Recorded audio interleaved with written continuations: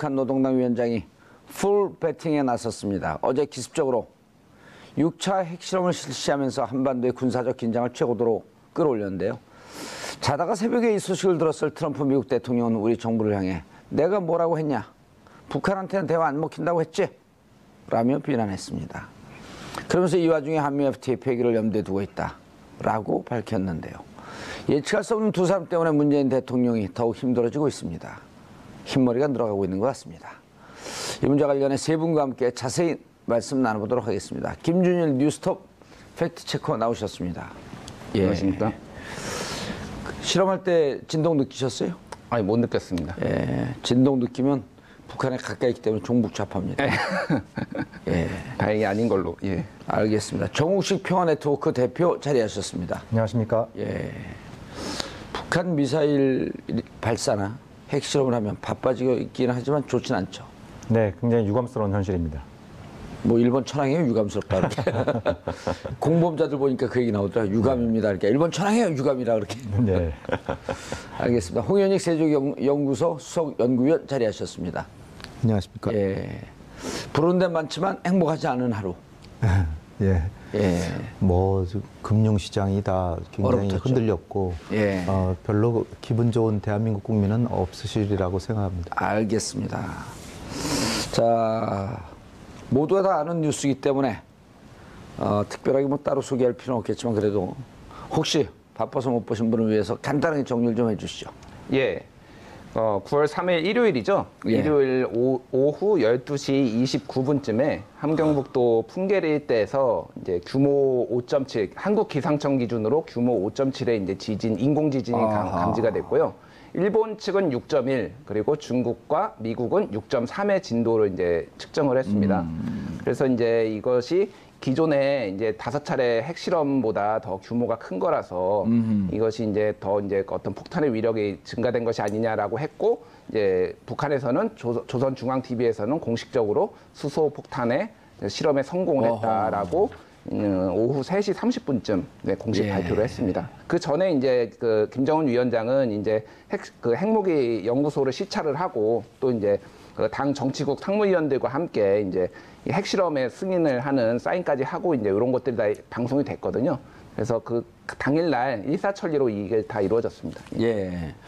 정 대표님, 네. 북한은 ICBM 대륙간 탄도미사일 장착용 수소탄 실험에 완전 성공했다. 라며 대대적으로 선전하고 있었죠. 네. 어떻게 된 겁니까? 수소탄 맞습니까? 우리가 판단한. 네. 정욱식 대표님이 판단하고 또 정부가 판단하고 미국 측이 판단해서 예. 종합적으로 정확한 정보를 줘야 되는 거거든요, 이게. 그러니까 지금 김 기자께서 소개를 해주신 것처럼 예. 한국 기상청에서는 5.7로 보지 않았습니까? 예. 근데 일본은 6.1, 미국과 중국은 6.3으로 봤거든요. 예. 이제 인공 지진 규모를. 근데 이게 왜 그렇게 차이가 나는 거예요? 그게 뭐 감지되는 정도에 위치에 따라 따라서. 뭐 예. 다른 부분이 있겠습니다만 이게 0.2가 차이가 나면 폭발력에는 2배의 차이가 발생을 합니다. 그럼 예를 들면 5.7을 기준으로 했을 때 폭발 규모를 50톤이다, 50킬로톤이다라고 예. 이제 그 계산을 하면 이게 6.3으로 가면요, 50 곱하기 2 하면 100이 되지 않습니까? 예. 100 곱하기 2 하면 200이 됩니다. 예. 200 곱하기 2 하면 400 킬로톤까지 늘어나게 되는 것이죠. 근데 보통 이제 인류 역사상 이제 수소폭탄 실험이 여러 차례 있었습니다만 지금까지 감지된 최소 규모의 수소폭탄 실험은 98년도에 인도에서 실시를 했었는데 그때 폭발 규모가 한 300킬로톤 정도로 추정이 됐었거든요. 예. 그러니까 북한이 그 언저리에 있는 상황으로 추정을 해볼 수 있기 때문에 수소폭탄이거나 아니면 원자폭탄에 중수소나 삼중수소를 넣어서 원자폭탄의 폭발력을 획기적으로 늘리는 분열, 핵분열, 이제 중폭 핵분열탄일 가능성도 이제 일각에서 검토가 되는 것이죠. 98년 인도에서 그 수소폭탄 실험할 때 단위가 킬로톤이 되는 300킬로톤입니다. 300킬로톤. 예, 예. 그쯤 돼야지 이제 이것을 수소폭탄 실험으로 볼 수 있다. 근데 기술력이 발전을 하게 되면 폭발력을 조종을 예. 할 수 있기 때문에 그게 절대적인 기준이라 볼 수는 없는 것이죠. 이번에 그러면은 미국 기준으로 보게 되면 몇 톤쯤 보는 거예요? 미국 기준으로 보게 될 경우는 이제 400톤 가까이 400킬로톤 가까이 되는 것이죠. 400킬로톤. 6.3이 인공 그 지진 규모가 6.3이다라고 한다면 예. 400킬로톤 킬로톤에 육박했다라고 일단 예. 추정을 하는 건 그럼 무리가 없게 되는 것이죠. 일본 기준으로 보게 되면 한 100킬로톤이 되네. 일본 기준으로 보게 되면 한 200킬로톤. 200킬로톤. 예. 아, 이것도 좀 정확하지 않네요. 그렇게 네, 되면. 그렇습니다. 미국과 중국 통계가 아무래도 제일 정확하지 않을까요? 그게 이제 국제 지진기구나 이런 데서 공식적인 입장이 좀 나와줘야 되는데 그게 나오면. 거기서는 한 6.0, 뭐 5.9, 6.0 이런 얘기들이 나오는 것 같더라고요. 예, 그러면 한 200킬로톤. 한 100에서 150킬로톤 정도로 예상해 볼 수 있겠죠. 예. 홍 박사님, 네. 수소폭탄은 아니다 이렇게 볼 수 있는 건가요? 글쎄 지금 정 대표께서 수소폭탄이라고 거의 얘기를 하신 거나 마찬가지인데 예. 그 리히터 지진계로 6.0을 넘어서면 수소폭탄에 속한다 이렇게 들었어요. 아, 리히터. 그러면은 우리 기상청에서 탐지한 거에 비하면은 5.7. 그걸 기준으로 하면 수소폭탄이 아니고 중국이나 미국의 기준으로 하면 수소폭탄이고 일본 기준으로도 일본도 수소폭탄이고. 수소폭탄이고 그러면은 의도적으로 우리 기상청에서 규모를 낮게 평가한 거냐 그렇게 보기보다는 이게 오차가 발생할 수 있는 게 이게 갱도 안에 이제 완충 장치 뭐 이런 것도 있고 이게 그냥 자연적으로 아무 장치 없이 그냥 폭파시킨 게 아니잖아요. 예. 나름대로 북한으로서는 그 충격을 최소화하기 위해서 나름의 장치를 했을 테고 북한은 아마 그 갱도 안에 뭐 장치를 해가지고 거기서 평가했으니까 북한은 제일 알겠죠. 확실히 알겠지만 그러나 이제 중국은 가깝다라는 거고 우리도 뭐 멀진 않지만 또 미국은 가장 먼데도 6.3, 6.3 한 거 보면 6.0이 넘는 거 아니냐. 그러면 수소탄에 근접한 지금 뭐 증폭 핵 분열탄이라고 그러는데 어쨌든 간에 우리 한국에 이것을 폭탄으로 만들었을 때 미치는 영향을 보면 가공할 만하기 때문에 예. 뭐 수소폭탄이 아니라고 해서 우리에게 달라지는 건 거의 없다. 예. 단지 과학자들에게 이게 수소탄이냐 아니냐 학문적으로 연구할 때는 중요하지만 대한민국에 미칠 영향을 보면은 이것을 폭탄으로 우리가 맞을 때는 너무나 가공할 만한 재앙적인 효과가 있기 때문에 예. 우리로서는 뭐 수소탄이라고 봐도 전혀 지장이 없다. 이렇게 과학자들이 얘기하고 있습니다. 오늘 오전에 여러 방송에 나오셔서 이제 정세현 전 통일부 장관께서 우리나라 언론 너무 무책임하다. 예. 저 터지면 끝나는데 무슨 터진다는 얘기라고 서울에 터졌을 경우에 얼마, 어디 터졌을 경우에 얼마 하면서 언론이 너무 황색 저널리즘을 가고 있다라고 그 나오시는 데마다 비판을 좀 하셨거든요. 네. 터지면 끝나는 거 아니에요? 그렇죠. 터지면 뭐 지금 서울에 터지면 300만이 그러니까 죽니, 30만이 죽니 이런 게 지금 계산할 바가 아니잖아요. 작년 기준으로 이제 이것을 이제 어쨌든 대비를 해야 되니까 예. 미국 국방성에서 시뮬레이션 해본 거를 작년에 제가 이렇게 봤는데 예. 거기는 이제 용산 기지를 겨냥할 것이다. 그래서 용산 기지 상공 뭐 1km인가 뭐 거기서 터졌다. 핵폭탄이 이제 상식적으로 제가 알게 된 것도 땅에 부딪혀서 충격으로 폭발하는 게 아니에요. 그러니까 지상에서 뭐 1km, 2km, 3km 그거를 전자장치를 통해서 폭발을 시키는 것이지 땅에 부딪혀서 이게 충격으로 폭발하는 게 아니라는 거예요. 히로시마하고 나가사키도 똑같았었네. 네, 그럴 거라고 제가 생각이 되고요. 그런데 용산기지 상공에서 폭발했을 때 제가 이제 시뮬레이션한 미 국방성의 이 그 자료를 보면 서울시청, 용산에서 서울시청, 그 용산에서 여의도 국회의사당인데 완전히 박살이 나요. 두 건물이 다. 여기는요? 여기는 조금 더 머니까 예. 여기까지는 안 나오는데 덜 박살나요? 그러니까 그 안에 있는 사람들은 거의 다 죽는 거죠. 그러니까 사대문 안에 있는 사람들 대부분 사망한다. 그게 히로시마 나카사키예요. 근데 어제의 폭탄은 히로시마 나카사키의 최소 뭐 수십 배래니까 이거는 최소로 잡아도 200만. 그리고 사망자 수가 중요한 게 아니고요. 그게 하나 폭발하면은 서울시가 거의 사람 살기 어려운 곳이 된다. 수십 년, 수백 년 동안. 네. 아니 수십 년, 수백 년은 아니고요. 몇 년이겠죠, 몇 년. 몇 년 이제 다 제독 장치하고 뭐 다른 데서 와가지고서는 이제 근데 한마디로 표현하면 살아있는 게 죽느니만 못한 그런 결과가 될 거라고 이제 보기 때문에 더 이상 북한에 대해서 전쟁을 불사하고 뭘 해야 된다라고 하는 것이 상당히 이제 조심스럽게 얘기해야 되는. 그러잖아요, 보통. 평화를 원하면 전쟁을 준비해라. 전쟁을 불사해서 가자. 그러는데 진짜 전쟁하면 그냥 죽는 거예요. 그런 상황이 될 수 있기 때문에 이제는 평화라는 가치를 우리가 좀 더 다시 곰씹어보고 평화를 더 소중하게 생각해야 되는 시기가 왔다. 이렇게 생각합니다. 정우식 대표님, 네. 북한의 의도를 많은 데서 얘기를 했는데 북의 의도 계속 지속적으로 개발해서 이제 많은 분들이 좀 이해를 해요. 결국 개발 완성 단계까지 가려고 그러는 거 아니냐. 네. 그러니까 1차적인 목표, 특히 예. 이제 올해 김정은 신년사에서 예. 그 핵 억제 완성, 특히 이제 대륙간 탄도미사일 ICBM 마감 단계에 있다라는 표현가 있으면서 이제 그 개발 완료에 대한 강한 의지를 피력하지 않았습니까? 예. 그래서 이제 올해 혹은 그 내년 초까지 일단 단기적인 목표는 미국 본토까지 날아갈 수 있는 핵탄두 장착 예. ICBM을 갖겠다라는 내일 언제까지요? 내년 언제까지요? 뭐 올해 말까지는 올해 말. 예 가능하면 올해 내에 끝내는 게 좋겠죠. 예. 올해 내에 끝내면 김정은이 아마도 내년 신년사에서 그걸 갖다가 굉장히 본인의 어떤 업적으로 내세우면서 어떤 이제 주민들에 대한 자신들의 그 체제의 정당성도 확보하고 대외적인 메시지도 보내는데 유용하다고 판단이 될 텐데요. 근데 기본적으로 핵무기 개발의 완성이란 존재하지 않습니다. 가령 지금 세계 최강의 핵보유국이 미국이지 않습니까? 예. 미국도 핵무기 현대화를 한다는 이유로 지금 1조 달러, 1조 달러를 투입을 해가지고 핵무기 현대화에 나서고 있는 상황이거든요. 1200조네요. 1조 그렇죠. 달러. 우리 상상할 수 없는 예. 돈을 투자해서 1200조면 우리나라 그 1년 예산의 3배. 3배, 예. 3배가 좀 안 되는 정도 수준이 되는 거죠. 그러니까 어마어마한 돈을 투자를 해서 핵무기 현대화에 나서고 있는 이런 어떤 상황이고, 예. 그렇기 때문에 북한이 예를 들어서 이제 본인들이 주장하는 것처럼 핵탄두, 특히 이제 수소탄 장착 ICBM의 개발에 성공했다고 해서 그걸로 끝이 아니다. 그 다음부터는 이제 핵무기의 양을 늘리는 부분도 있겠습니다만, 예. 제 개인적으로 걱정하는 것은 이른바 북한이 전술핵을 개발하는 겁니다. 소형. 핵대포, 핵배낭. 그다음에 핵배낭까지는 안 가더라도 예. 그건 이제 현대전에서 별 쓸모가 없으니까. 그러니까 핵대포라든지 특히 이제 신형 방사포, 300mm 신형 방사포 이런 데 있지 않습니까? 예. 이런 데 장착하는 이제 전술핵을 개발하고 배치할 경우에 소형화시키는 건가요? 이렇게 그렇죠. 되면? 예, 예.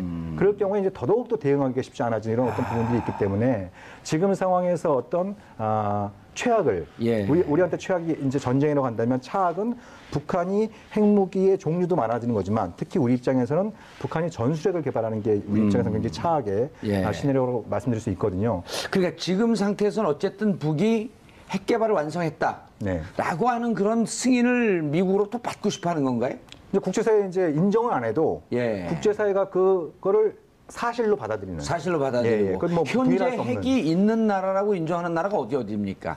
미국, 러시아, 중국, 영국, 프랑스. 그게 이제 그 유엔 안보리 상임이사국 5나라이자 예. 핵 확산 금지 조약 NPT에서 공인한 5개의 핵 보유고요. 예. 그리고 NPT 이란과 파키스탄은 이란은 아니고요. 예. 이제 그 인도하고 파키스탄은 파키스탄은 이제 98년도에 5월달에 서로 경쟁적으로 핵실험을 했는데 이들 나라는 NPT 비회원국입니다. 회원국이 아닌 NPT 비회원국이면서 핵을 갖는 것으로 암묵적으로 인정받고 있는. 사실상 그렇죠. 어떻게 얘기를 하는 거예요? 국제사회에서는 영어로 뭐라 그래요? 그러면은 그러니까 뭐 영어의 표현이 이제 중요한 것이 아니고 예. 공식적으로 영어 표현을 이들 모르시는 거 나라는- 아니에요?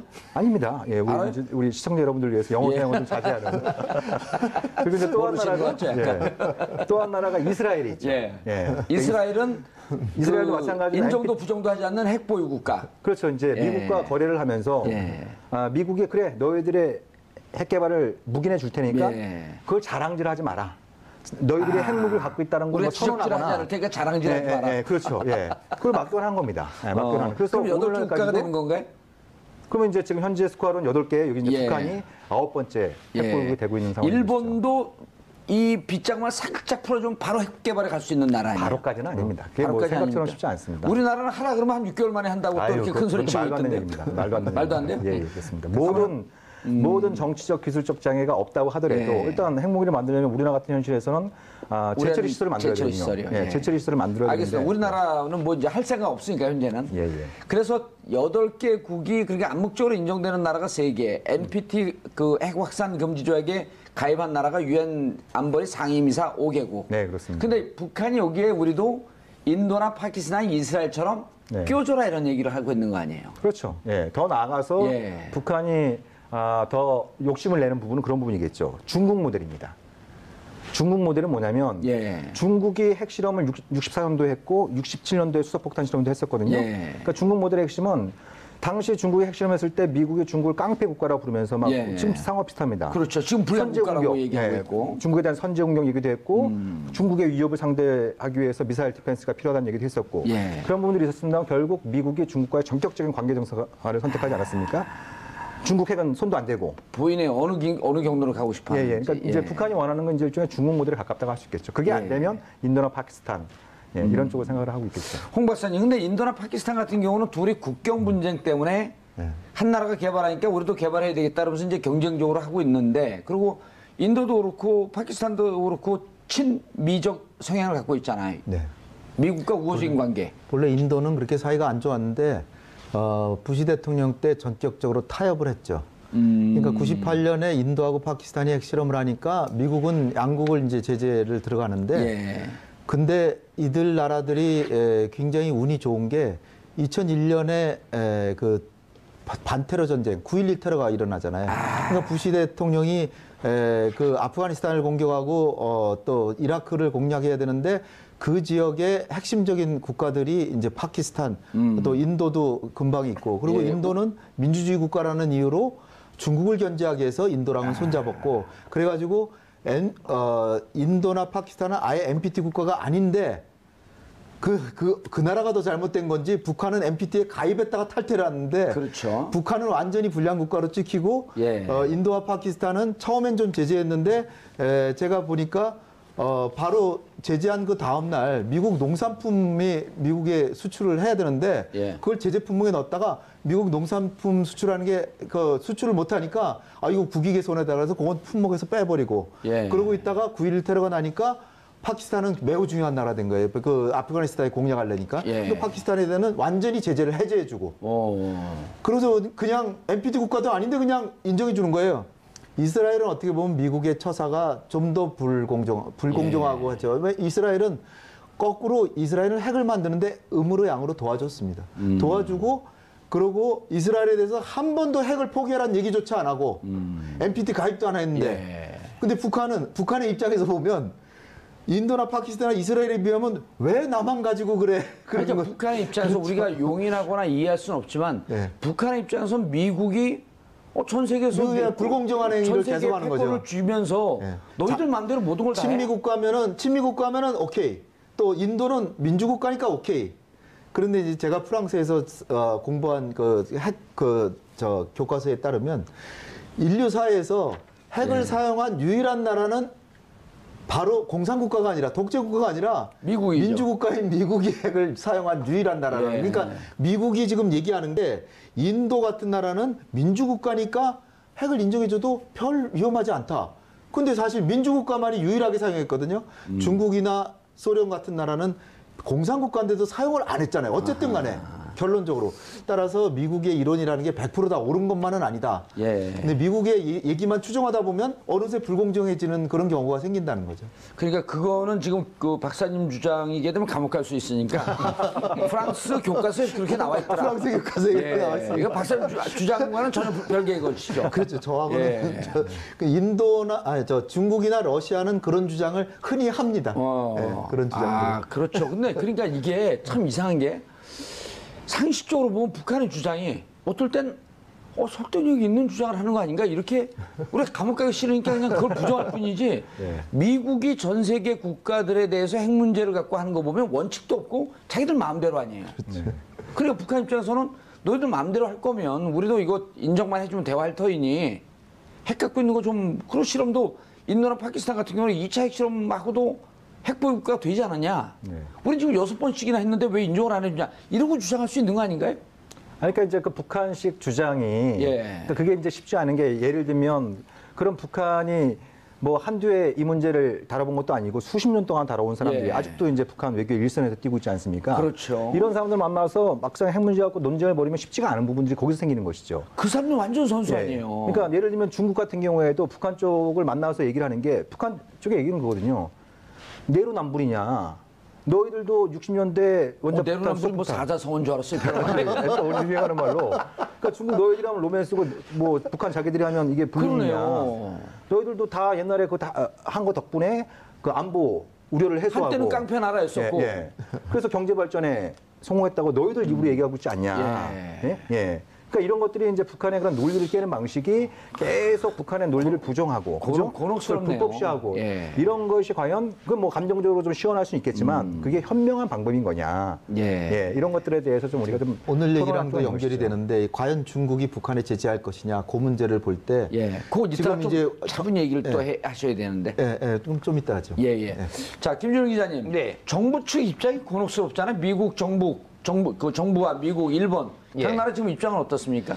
일단 지금 모양새를 보면은 좀 문재인 대통령이 이제 한국이 약간 그 고립되는 그런 모양새는 맞거든요. 근데 고립이라기보다는 조금 이제 주도권을 상실을 했다. 이제 항상 문재인 대통령이 강조한 게 운전자론. 그래서 예. 한반도 문제는 이제 남한이 주도적으로 하겠다라는 건데 어쨌든 모양새는 뭐 트럼프 대통령과 아베 총리가 먼저 통화를 하고 문재인 대통령이 뒤에 이제 통화를 한다든지 그리고 이제 현실적으로 지금 쓸 수 있는 카드들 이런 것들이 매우 이제 제한적으로 예전에 이제 어떤 식으로든 대화를 통해서 해결하겠다고 하는데 이제 이런 핵실험까지 이제 오다 보니까 레드라인에 근접한 거 아니냐라는 이제 비판들도 나오면서 현실적으로 이제 대화를 추진하기에 굉장히 협소해진 정치적 지형도 있고요. 그래서 예. 지금 쓸 수 있는 카드가 매우 지금 제한돼 있는 상황인 건 맞는 것 같습니다. 아니, 그런데 이제 엄밀히 따져보면 미국의 오바마 대통령이 전략적 인내라고 하면서 사실 아무것도 안 한 거 아니에요? 그래서 트럼프 예. 대통령이 오바마가 대북 관계에 있어서 모든 것이 다 잘못됐다라고 비판하는 것도 설득력이 있단 말이에요. 예, 그렇죠. 대화 안 하고 있으니까 그 동안에 아주 맘 놓고 룰루랄라 하면서 개발했고 우리나라 이명박근혜 정권 9년 동안 하면서 완전히 한 1년 정도 있다가 그 평양 금강산 그 관광객 김왕자 씨인가요? 박광자. 박광자 씨인가요? 죄송합니다. 내 성이 늘 틀려요. 그분 때문에 그분 핑계로 해갖고 계기로 해서 8년 동안 완전 단절됐던 거 아니에요. 그렇죠.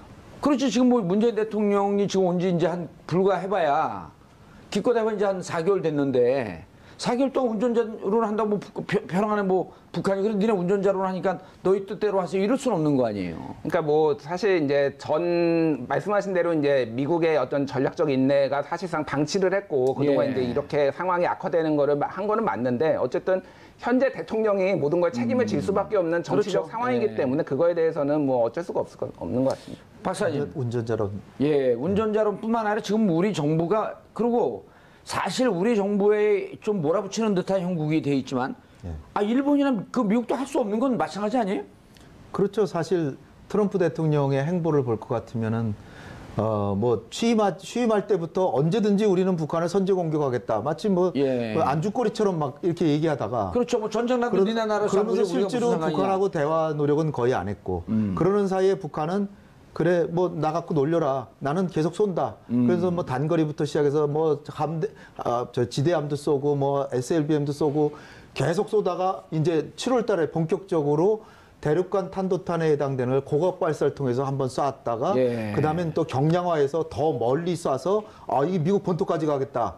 그러다가 이제 미국에서 가만히 보니까 자기네 본토까지 날라오게 이거 장난 아니구나. 예. 이렇게 생각을 해가지고 그렇다면은 자꾸 그런 식으로 하면 화염과 분노에 인류 사회가 보지 못한 화염과 분노에 직면할 것이다. 이거는 핵폭탄을 북한에다가 가격할 수 있다는 암시거든요. 왜냐하면 인류 사회가 경험하지 못한 화염과 분노. 거기다가 맥메스터 안보보좌관은 뭐라고 그랬냐면 예방전쟁할 수단을 강구한다.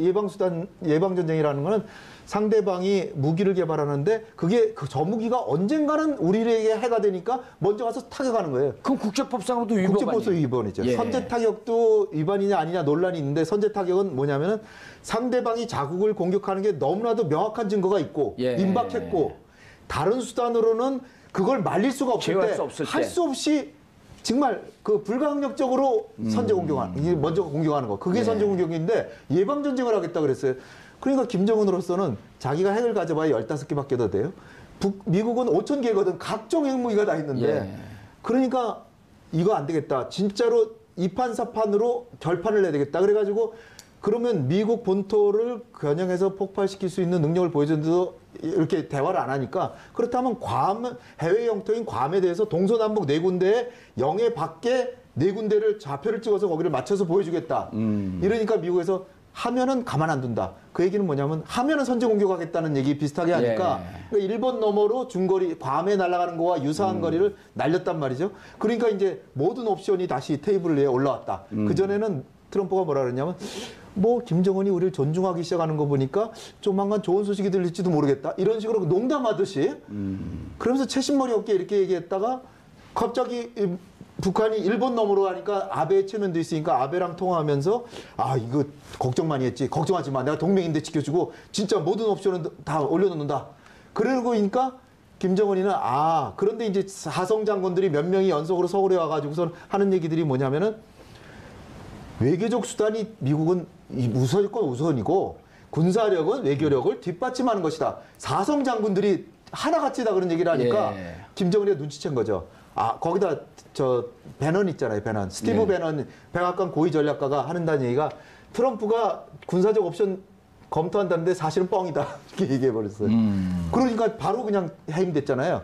근데 김정은이는 알아차린 거죠. 아 이게 협박이지 이게 실제로 한다는 얘기가 좀 아니구나. 겁을 먹긴 먹었었죠. 그때. 겁을 먹었었죠. 그러니까 일본 너머로서 저 괌으로 못 쏘고 예. 그러다가 이제 아 그러면 결정적으로 한 방을 날려야 되겠다 그래서 수소폭탄 실험한 거다 그죠. 예. 그러면 사실은 트럼프 대통령이 왔다 갔다 하고 참모들하고 온갖 최강경책에서부터 그러면서 트럼프가 한 얘기가 뭐냐면 나처럼 협상을 원하는 사람도 없다.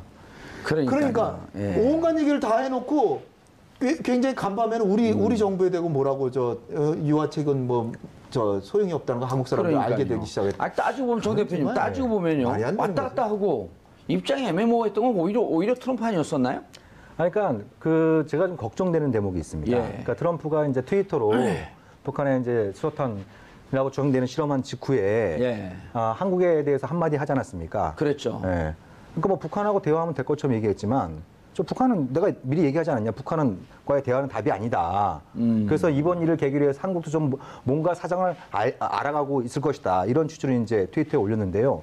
그 바로 직전에는 한미 FTA 이거 폐기할 수도 있어. 이런 취지의 글을 올렸단 말이에요. 예. 그러니까 트럼프가 그걸 다 이제 계산에 넣고 있는지는 제가 좀 불확실한 부분이 있겠습니다만 중국을 상대하는 것처럼 그러니까 북핵 문제 악화의 책임을 중국한테 계속 넘기고 있지 않습니까? 트럼프가?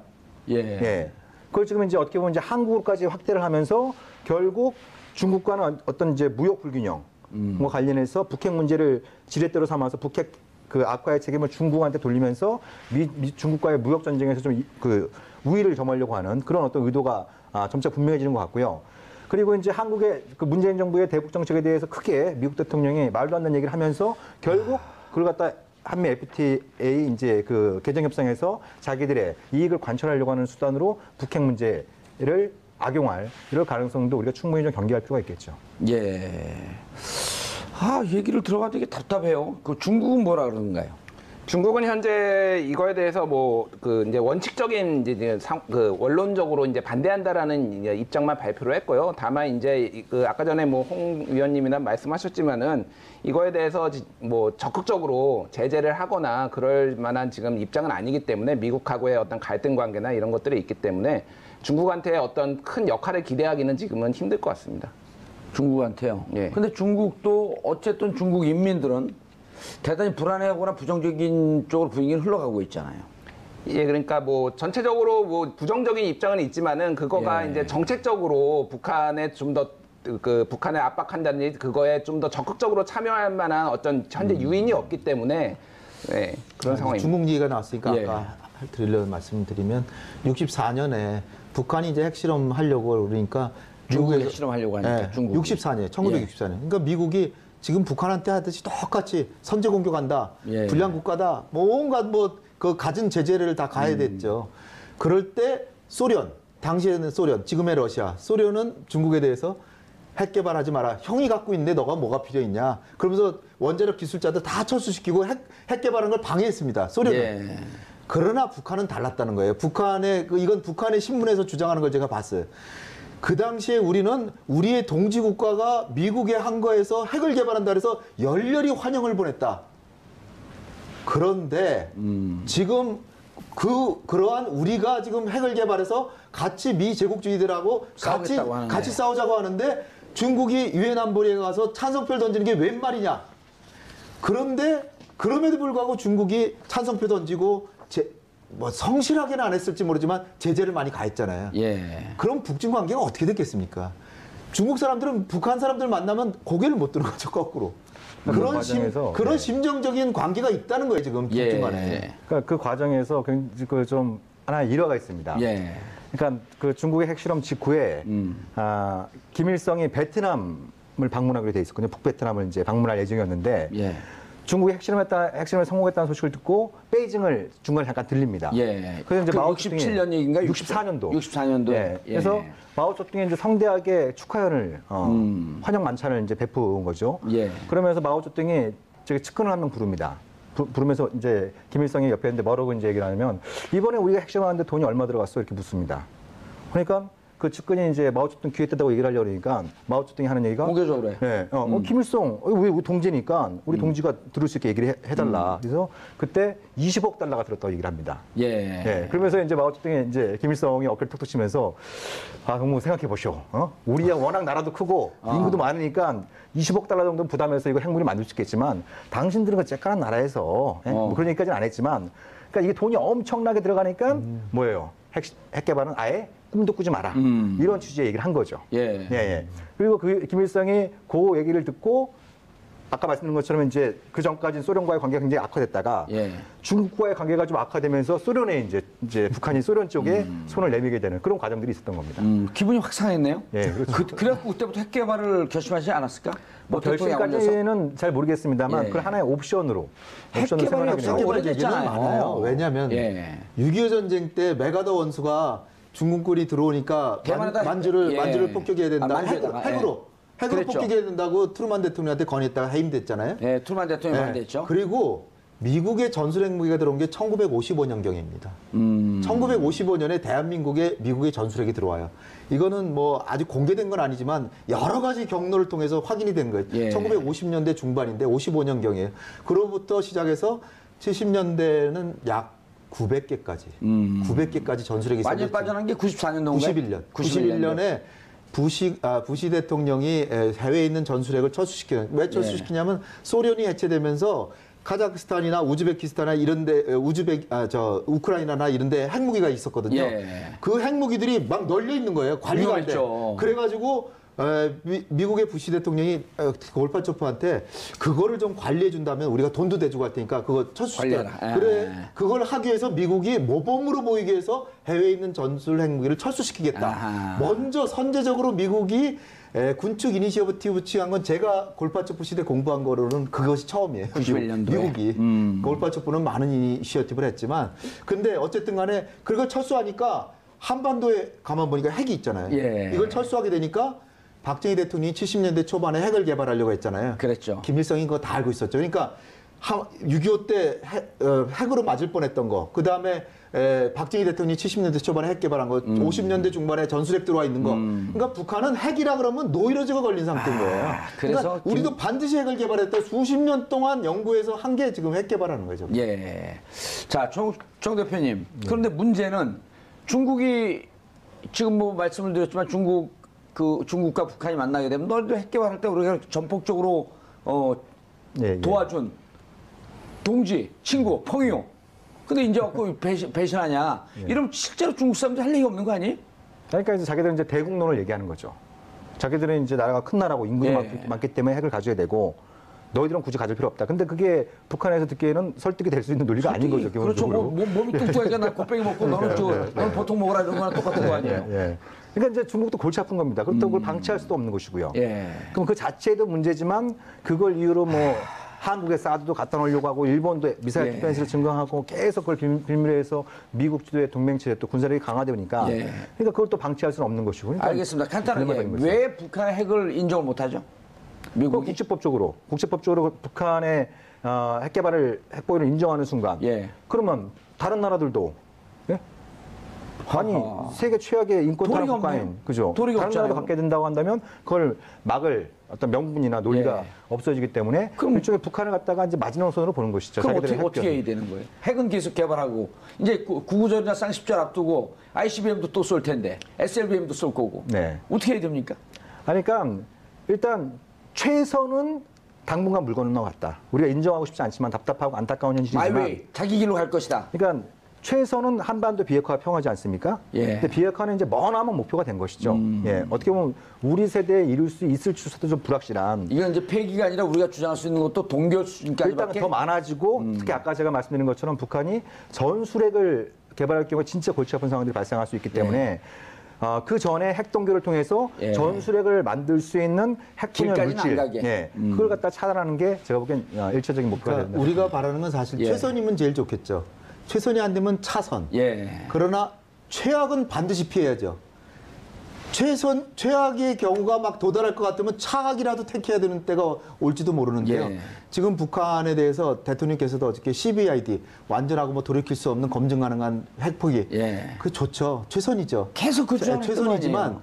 그러나 그 이전에 대통령께서 지난번에 하신 입장 일단 단계적으로 일단은 동결시키고 그다음에 2단계로 폐기시키는 쪽으로 가는 거를 확고하게 입장을 가지시고 일단은 동결시켜야 되는데 동결시키고 대화하고. 동결하려면 결국은 남북 대화가 안 되니까 북미 대화를 해야 되는 겁니다. 우리 대통령께 힘을 실어줘서 예. 대통령께서 지금은 대화할 때가 아니다 이런 말씀하시지 마시고 대화하라. 트럼프의 얼굴을 보면서 제재에 우리도 동참하니까 그리고 한미연합훈련도 하자.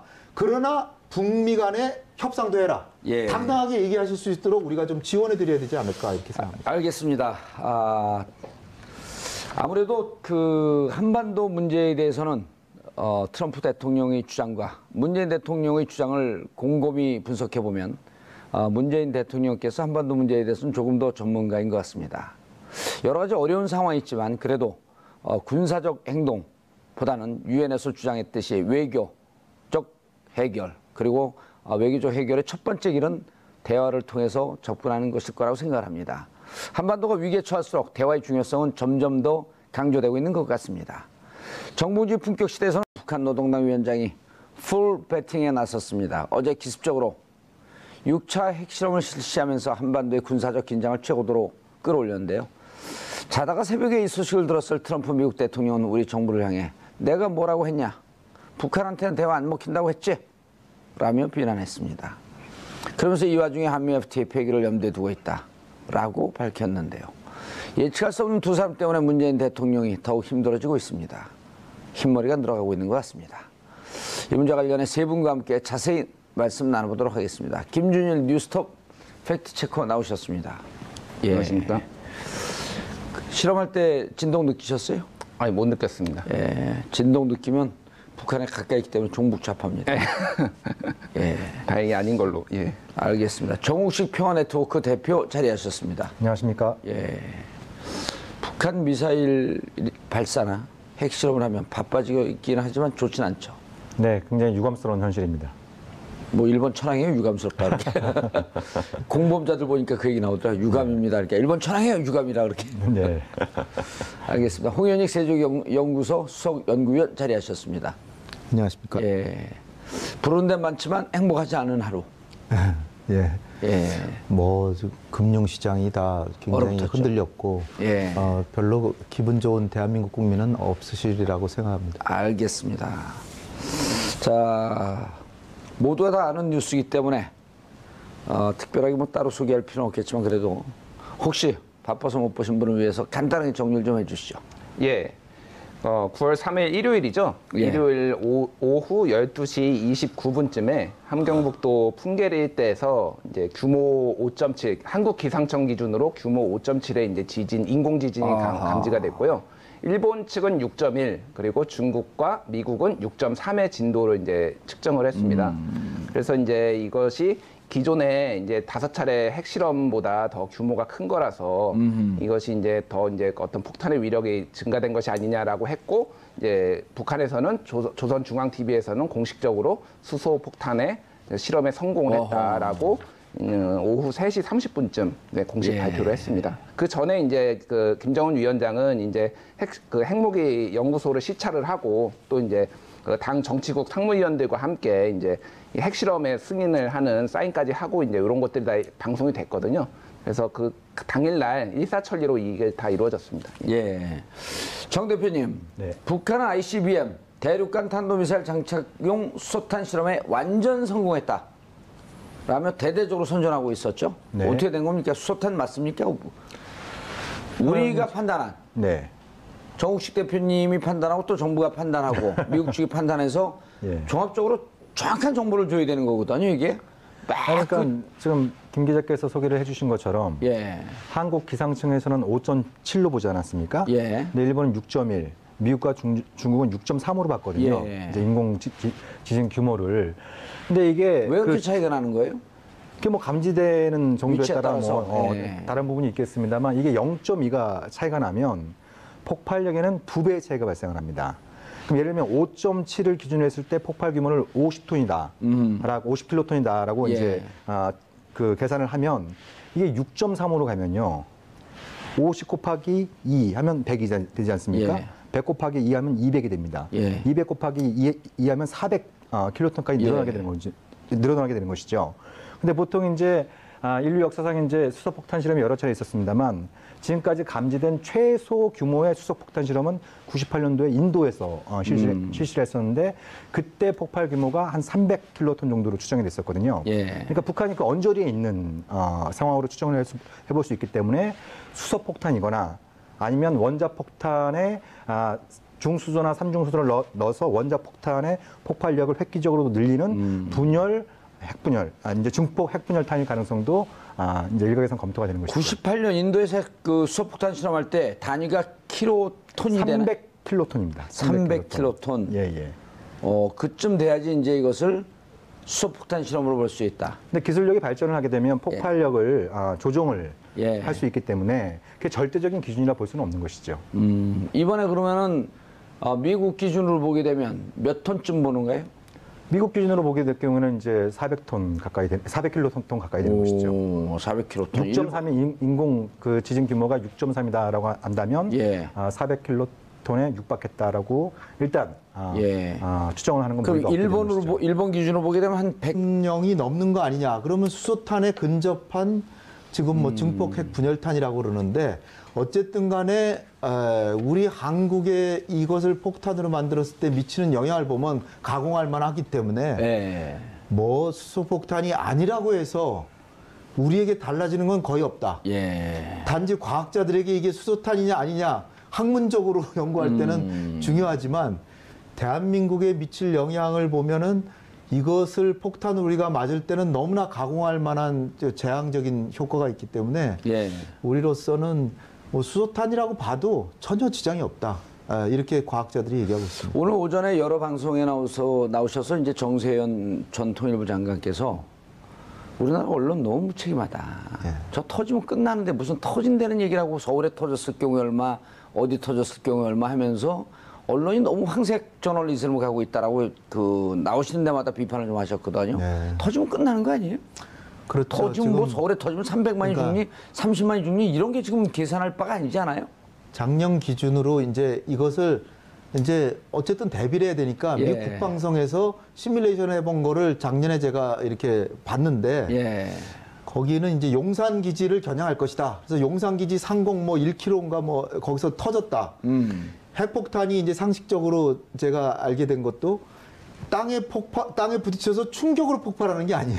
그러니까 지상에서 뭐 1km, 2km, 3km 그거를 전자장치를 통해서 폭발을 시키는 것이지 땅에 부딪혀서 이게 킬로톤이 되네. 일본 기준으로 보게 되면 200킬로톤. 200킬로톤. 예. 이것도 좀 정확하지 않네요. 그렇게 되면. 네, 그렇습니다. 미국과 중국 통계가 아무래도 제일 정확하지 않을까요? 그게 이제 국제 지진기구나 이런 데서 공식적인 입장이 좀 나와줘야 되는데 그게 나오면. 거기서는 한 6.0, 뭐 5.9, 6.0 이런 얘기들이 나오는 것 같더라고요. 예, 그러면 한 200킬로톤. 한 100에서 150킬로톤 정도로 예상해 볼 수 있겠죠. 예. 홍 박사님, 네. 수소폭탄은 아니다 이렇게 볼 수 있는 건가요? 글쎄 지금 정 대표께서 수소폭탄이라고 거의 얘기를 하신 거나 마찬가지인데 예. 그 리히터 지진계로 6.0을 넘어서면 수소폭탄에 속한다 이렇게 들었어요. 리히터. 그러면은 우리 기상청에서 탐지한 거에 비하면은 5.7. 그걸 기준으로 하면 수소폭탄이 아니고 중국이나 미국의 기준으로 하면 수소폭탄이고 일본 기준으로도 일본도 수소폭탄이고. 수소폭탄이고 그러면은 의도적으로 우리 기상청에서 규모를 낮게 평가한 거냐 그렇게 보기보다는 이게 오차가 발생할 수 있는 게 이게 갱도 안에 이제 완충 장치 뭐 이런 것도 있고 이게 그냥 자연적으로 아무 장치 없이 그냥 폭파시킨 게 아니잖아요. 예. 나름대로 북한으로서는 그 충격을 최소화하기 위해서 나름의 장치를 했을 테고 북한은 아마 그 갱도 안에 뭐 장치를 해가지고 거기서 평가했으니까 북한은 제일 알겠죠. 확실히 알겠지만 그러나 이제 중국은 가깝다라는 거고 우리도 뭐 멀진 않지만 또 미국은 가장 먼데도 6.3 한 거 보면 6.